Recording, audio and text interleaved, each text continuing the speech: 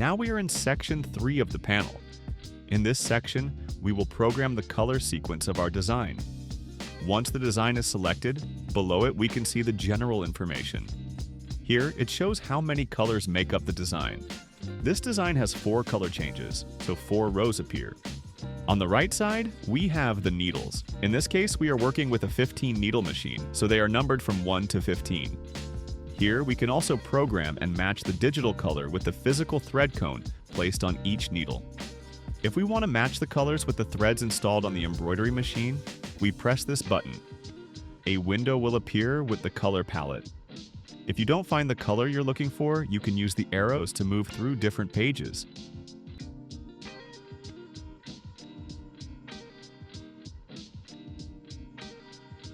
Once you find the correct color, select it and confirm with the check mark.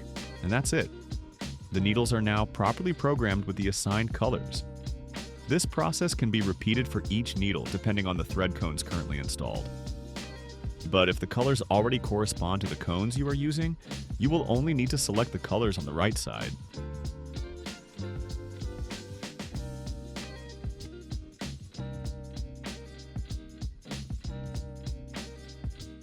Now let's look at the special functions. This button allows us to insert programmed stops within the sequence. For example, if we are embroidering a design where one section uses foam and another does not, we can program a stop before starting the section that requires foam. To activate this function, press the middle button. Make sure you have selected the color where you want the machine to stop. Once activated, you will see the stop icon displayed in the color bar.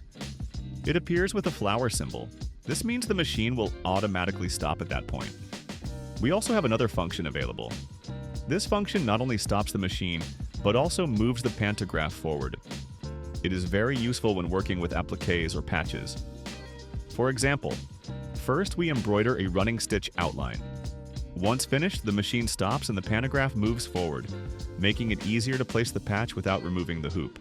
After placing the applique, simply resume embroidery. If we want to deactivate any of these functions, simply select the first icon on the left. This will return the machine to normal mode with no programmed stops activated. And with this, we conclude the functions of Section 3.